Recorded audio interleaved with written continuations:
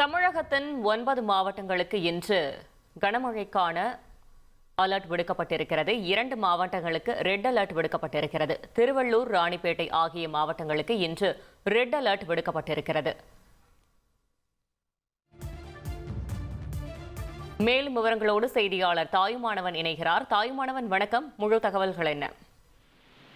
இன்றைய தினம் தமிழகத்தை பொறுத்த மட்டும் திருவள்ளூர், ராணிப்பேட்டை ஆகிய 2 மாவட்டங்கள்ல அதிக மழை பெய்ய வாய்ப்பு இருப்பதாக வானிலை ஆய்வு மையம் தற்போது எச்சரிக்கையை விடுத்திருக்கிறாங்க.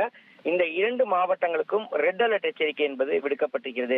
நேற்று தினத்தை பொறுத்த மட்டில் செங்கல்பட்டு உட்பட ஒரு சில மாவட்டங்களுக்கு இன்றைய தினம் கூடுதலாக ரெட் அலர்ட் எச்சரிக்கை என்பது விடுக்கப்பட்டிருந்த ஒரு சூழல்ல செங்கல்பட்டு மாவட்டம் தற்போது அந்த ரெட் அலர்ட் எச்சரிக்கையில் இருந்து விடுவிக்கப்பட்டிருக்கிறது. தொடர்ந்து அந்த அதிக மழை பெய்வதற்கான வாய்ப்புகள் அங்கு குறைவாக இருப்பதால அங்கு அந்த ரெட் அலர்ட் எச்சரிக்கை என்பது திரும்ப பெறப்பட்டிருக்கிறது.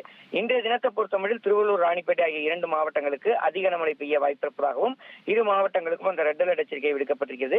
இவை தவிர சென்னை, செங்கல்பட்டு, காஞ்சிபுரம், திருவண்ணாமலை, வேலூர், திருப்பத்தூர், தருமபுரி, சேலம், கிருஷ்ணகிரி ஆகிய மாவட்டங்களுக்கு மிக கனமழை பெய்ய வாய்ப்பு இருப்பதால இந்த மாவட்டங்களுக்கு ஆரஞ்சு நிற எச்சரிக்கை என்பது விடுக்கப்பட்டிருக்கிறது.